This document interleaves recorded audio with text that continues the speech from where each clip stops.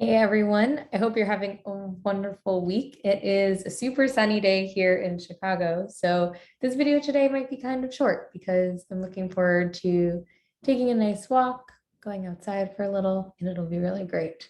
But I wanted to talk about an issue that sometimes comes up, which is you have this amazing design, love it, super great, but something happened with like in between having this design that you loved and having it developed on the live site or app or whatever it was. And so how can you make that handoff between design and development the smoothest possible handoff that you can make it? I have some quick tips for you that hopefully will help you if you've ever encountered this issue in the past or prevent you from encountering the issue in the future. Whether that designer is actually on the development team that you hired, whether it's an internal designer and you've hired a freelance development team or vice versa, all of these tips can be applied. So first and foremost, make sure that you've detailed all of the interactions. That means hover states, click states. What does it look like when I click on the menu and it's pulled out? What does it look like if I have a sub page? Those types of things should all be defined for the developers.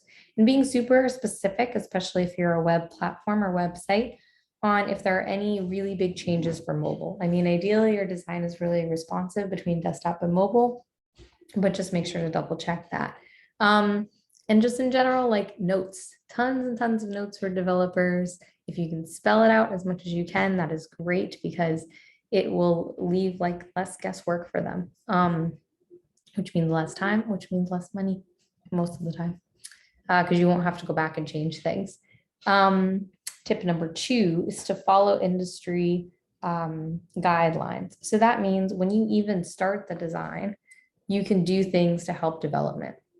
And this means like if you're designing for mobile, you want to start on the smallest screen, which can be 320 pixels or 350 pixels.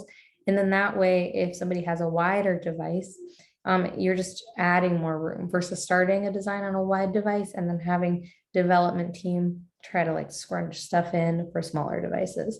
That's a really good industry standard to follow for mobile.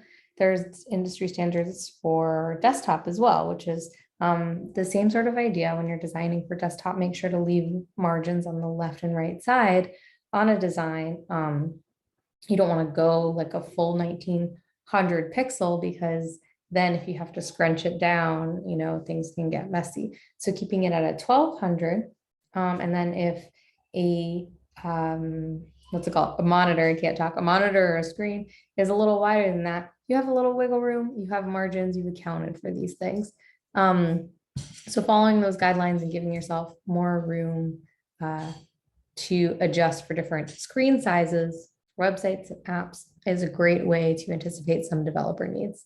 And then my third tip here is to make room in your timeline for quality assurance. You can detail out all the notes. You can make sure to follow industry's guidelines. You can set yourself up for success. But there might be some things when you go live that just, oh shoot, I forgot to put where this link is supposed to go here. So give yourself a couple days between your staging site or your staging app, testing it, making sure everything functions as intended before you push it to live for your customers and target audience to see, because the last thing you want on your hands is a crazy emergency. So giving in your timeline space and room to test things, make sure everything works as intended, will be your safest bet for the smoothest live delivery.